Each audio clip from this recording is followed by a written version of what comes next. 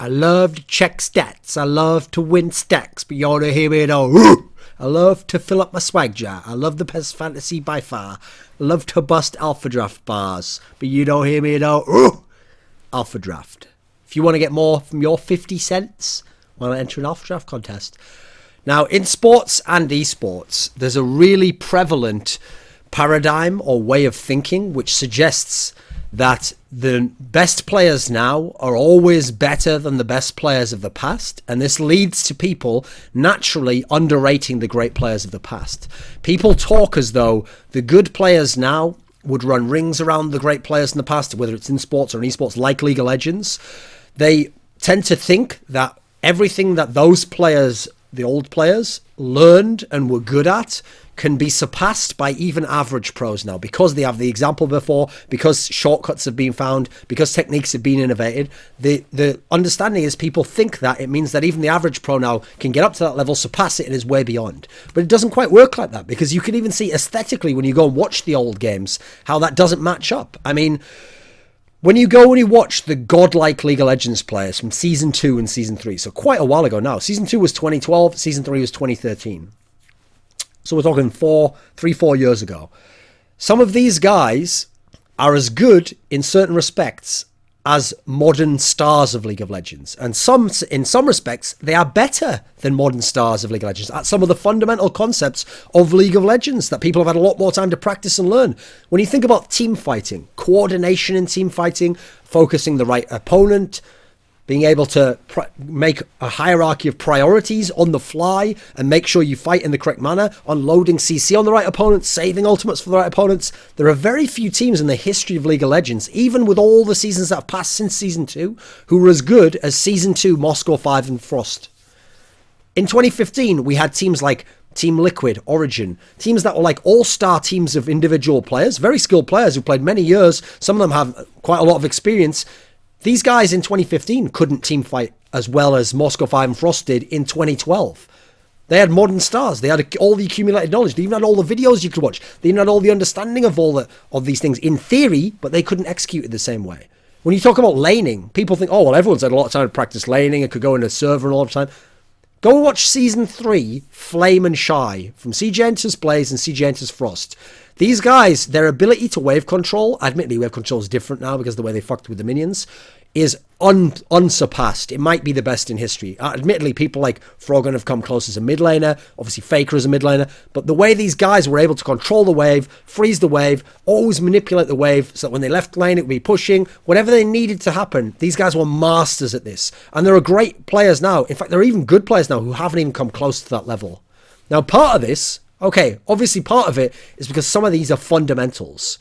And you have to constantly work on these fundamentals. I always gave this example that people in League of Legends especially think, oh, I know the basics of like how to farm. I know the basics of how much damage items do. So I don't need to do that. That stuff's for beginners. They don't understand that there are great Korean players who still play bot games with no runes to practice last hitting, to get that mastery down. Why do you think when Faker plays, yes, he has fantastic natural ability, but he's practiced so much that you see when you watch Faker and Froggen play in solo queue, one of the things they are exceptionally good at compared to even other good pros is farming very efficiently. Like they know exactly what ability to use now to ensure they get that extra 1 or 2 CS. And you might think, well, what's extra 1 or 2 CS? Maybe in the whole game it only adds up to 15, 20 CS. That's a kill right there. That's a kill's gold right there that they've managed to get out of nowhere, out of just killing the computer controlled creeps.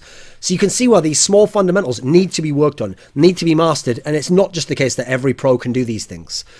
There's also the aspect that you might know it in your brain, but if you don't maintain and build up the techniques of how to do it, you won't be able to execute to the same degree. That's what mastery is, excellence. Putting in the 10,000 hours, as Malcolm Gladwell's book famously said about it. If you don't keep working at these things, you will lose some of what you had. You might have the basics of it, you won't be quite as crisp, you won't be quite as on point. How come players in 2015 and 2016 still don't have massive champion pools? By the logic of what people think about the old great players, they think, oh, I could easily have a champion pool as big as Froggen's and all these people. There aren't. There are still very good players, some of the best in the world still, who are only exceptional on 2 champions. Well, when you get beyond that, they're still really good. Or there are players in the West who are good on 1 or 2 champions. And if you get into the 3rd or 4th champion, God forbid if you get them to the 5th, yeah, they fall off quite a lot. They're not as impactful, they're not as effective, they're not as much of a threat. One of the ways you can contrast this is when people do the same thing in sports. Or, so when I think of the NBA, one of my favourite sports, the one that I've studied the history of a lot and I've watched a lot of the old decades, when people talk about guys like Michael Jordan, Kobe Bryant, LeBron, they often think of the incredible body control they had moving through the air. So famously with those three players, they're some of the best in history at going one side of the basket, jumping, going under the basket so that you can avoid the shot blocker, and then laying the ball up in and off the backboard into the net. They're some of the best in history at doing that. And you'd think with this incredible body control and the way they do it and the way they practiced it and visualized it, that like, obviously this is way better than the best players in the 1960s, right? The athleticism wouldn't be there. They wouldn't have the same techniques. No, it's not the case. Go and look at YouTube videos of Elgin Baylor from the Lakers, who sadly left the season that they actually won the championship and had the 33-game winning streak. Never won the world championship, but was a phenomenal player, an incredible scorer, and he has body control as good as these guys. He can do moves that these guys were doing back then, and they were astonishing people back then, just as these players were in modern day. There's players right now who are very good players who will never approximate the level that guy got to. When people look at a Steph Curry now, and they want to look at the great modern day shooters, they might think of like Larry Bird was a fantastic shooter in the 80s. Reggie Miller was a pretty good, though sometimes overrated shooter in the 90s. Very good if he got open off screens. Ray Allen mastered that screen shooting, was a better shooter overall, and was obviously a star for a longer period of time. Steph Curry now is unbelievable numbers. As great as all these guys are, and it's true, if Steph Curry somehow can continue what he's done for these last few years, he'll be one of the greatest ever. You go back and you look at Jerry West. Jerry West was an incredible jump shooter. 2-point range, put it in just with insane accuracy. It doesn't matter who's guarding him. Doesn't matter what shot blocker's there. He's going to get that shot off very good. Pete Maravich. They didn't even have a 3-point line. And this guy was Steph Curry before Steph Curry. Could shoot from any distance. Could just get super hot. Even had the same sort of handle Steph Curry has. This talent was there. The great players of all eras were great for a reason and would be great in any era with the accoutrements of that era and the advantages and the work ethic and the skills and technique that these guys had. You look at Wilt Chamberlain. Okay, you have people like Shaq in the modern day. You have now DeMarcus Cousins look very good. Dwight Howard, to a degree, looked decent the last few years. No one's ever come close to Wilt Chamberlain's post moves. Okay, Kareem had the skyhook that was incredible. No one's had the kind of variety. Okay, Hakeem Olajuwon a bit, but he didn't have as many great centers he played against. Wilt's post moves were utterly fucking butter. These guys were incredible. He had the dominance, the power, but he also, a lot of people don't know is he'd get close and he'd do a really close range fadeaway. And that was money in the bank. And putting it off the backboard, this guy was a fantastic player in the post. No one's got to that level. Contrast the great minds, not talking sports here, the great minds of today to the great minds of older times. Yes, there's geniuses in this era, and there's obviously geniuses in the past. Using the same principle, you'll see why it's not the case that accumulation of knowledge and techniques and experience just makes everyone get to the same level. It doesn't work. Think about this. I think the reason why people often think people in the olden days are stupid, first of all, it's one thing if they're comparing the plebs, but if you're talking about great people, those people are much more brilliant than you are, even with all the things you have today, because you're only at their level because you understand vaguely the concepts of what they were trying to accomplish without actually knowing what to do. Or you have technology which obviously can build up and get better and better over time, because it's not a person that dies and has to be retrained. It can be built up as the technique, as it were. That aspect of tool making that humans have engaged in.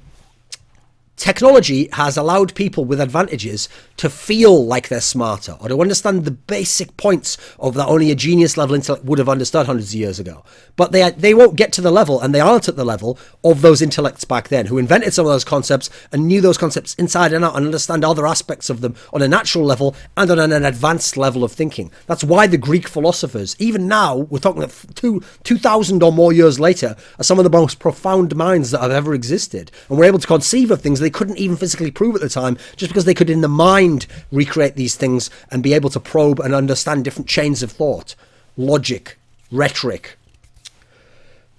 Then you think of the scientists of yesteryear. If you think some scientist now knows about computer programming and all these things, someone who's just a good scientist now is nowhere near the level of an Isaac Newton, who made his own calculus and had this fantastic mind that was above and beyond anything of his time. Maybe one of the smartest people to ever live on this earth.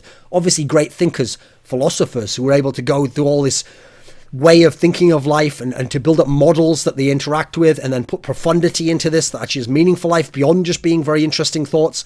Artists who have this visionary eye for things, and they could exist 100 years ago and be a James Joyce type character, or they could exist now There's not necessarily that much of a qualitative difference between these fantastic artists. So likewise, the great players of yesteryear, the old gods, they can compare to the new gods. And certainly this notion that good players now would wreck the old gods then, only in as much as they could cheat and take certain things from now. If you put the old gods with them now, both starting out and they start to play, the old gods will be better than just the good players now. If you put the other ones back there without the technology, they wouldn't be as good. It's a ridiculous way of thinking, and people go way too far to assign greatness of the past to just okay players now.